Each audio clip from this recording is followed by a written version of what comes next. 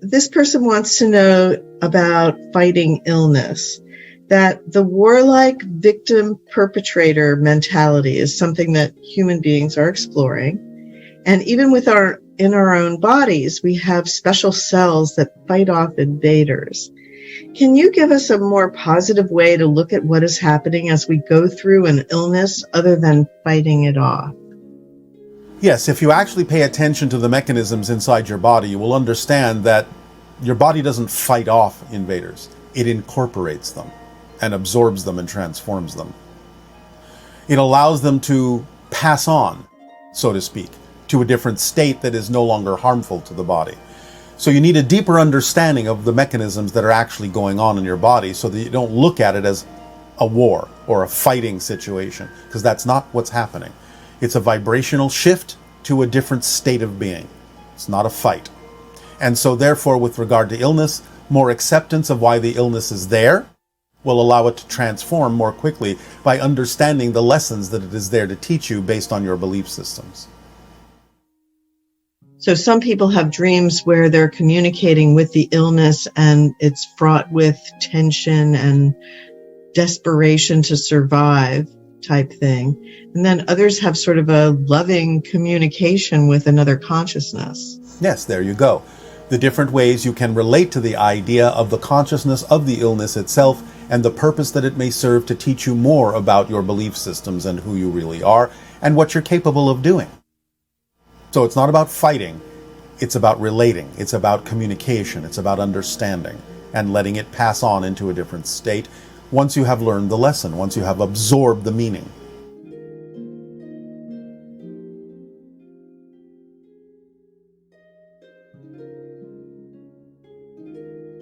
Thank you, Bashar. And to you, good day. My question is about physical health and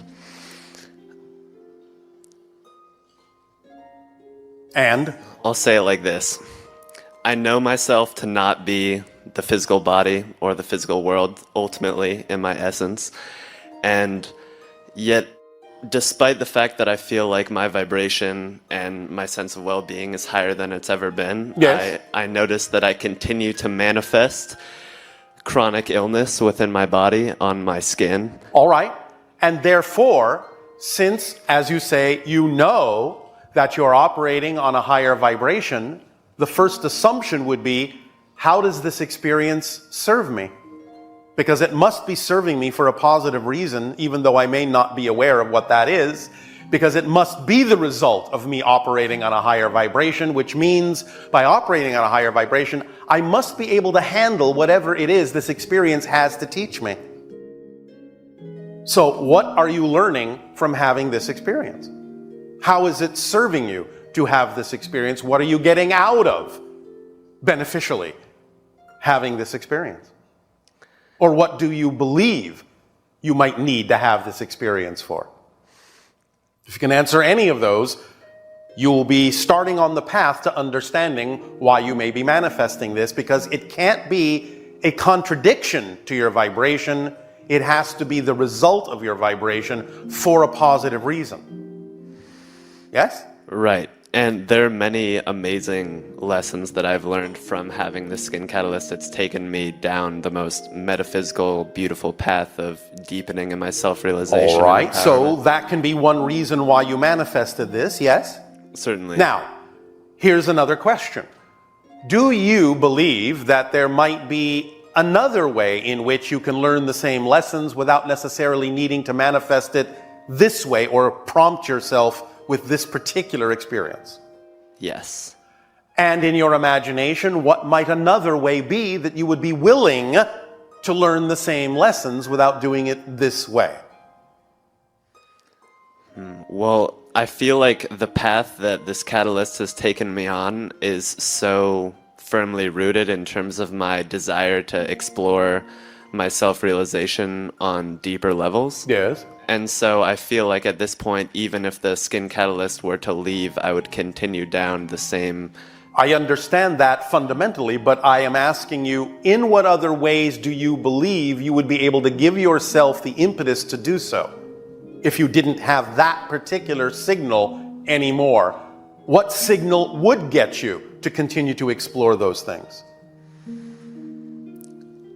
I feel like at this point I wouldn't need a signal. Perhaps that's a limited perspective, but All right. But I do feel like regardless of what happens, skin catalyst or not, I'm not going to abandon my spiritual path, you could say. I'm not going to stop. All right. So in a sense, you are saying you have a preference not to necessarily experience it this way anymore, but if it did continue, you wouldn't necessarily invalidate it, would you? Correct. All right. So in a sense, you're saying it doesn't really matter whether it continues or not. It's what you do with it, if it continues or not. Yes? My preference is that it would not continue, but But is it a preference, or are you making it conditional? That it really must not continue? Or do you really understand that it doesn't matter to you whether it does or not? I understand that it doesn't matter. And yet? My question would be, Yes. if you can perceive perhaps some sort of energetic distortion that I'm holding on to that would perpetuate. Well, how would you describe the manifestation? Physically. How does it appear to manifest? Hot and itchy and kind of consuming and All right. relentless. Relentless. All right. Are you itching to do something you're not doing?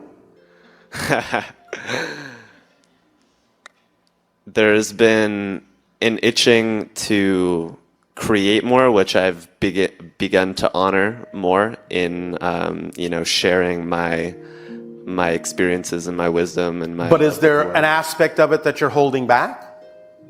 Is there something you're afraid to express in moving forward, and what you say is your passion? Not anymore. From this moment, or was there? There was. What was that? What belief was holding you back? I think it just came down to what other people would think, or whether or not the information I would put out would be valuable to others. Do you understand that if it is your truth, it is going to be valuable to someone? I do. All right. So you have no longer any hesitation or resistance to putting yourself out there in the way that represents your truth? Correct. All right. How do you feel right now? Quite blissful. All right. So if that's the state that you prefer, then we would suggest you stay in that vibratory state. Yes? Yes. And then in that vibratory state, you will not feel itching, relentlessness, or any of those other symptomologies that you've been describing, because they're not germane or relevant to that state. Yes? Yes. But you need to stay in that state. I understand. Thank you. Does that help you? It helps me a lot. I appreciate it. Thank you. Thank you.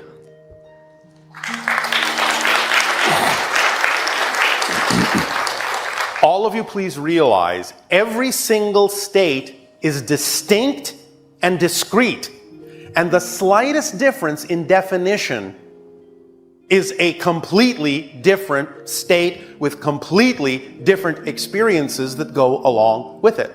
So be aware, be very aware to not create contradictory definitions within the state you prefer. For when people say things like, I am following my passion, but what if I act on my passion and something bad happens? That's not a definition of the state of passion. That's a different state.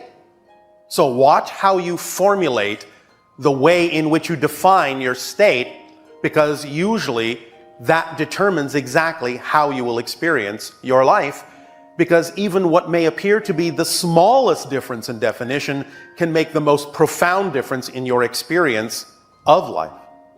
So pay attention and be clear and precise about your definitions, and don't blend them together in contradictory ways if you don't want to experience a confusing or contradictory life.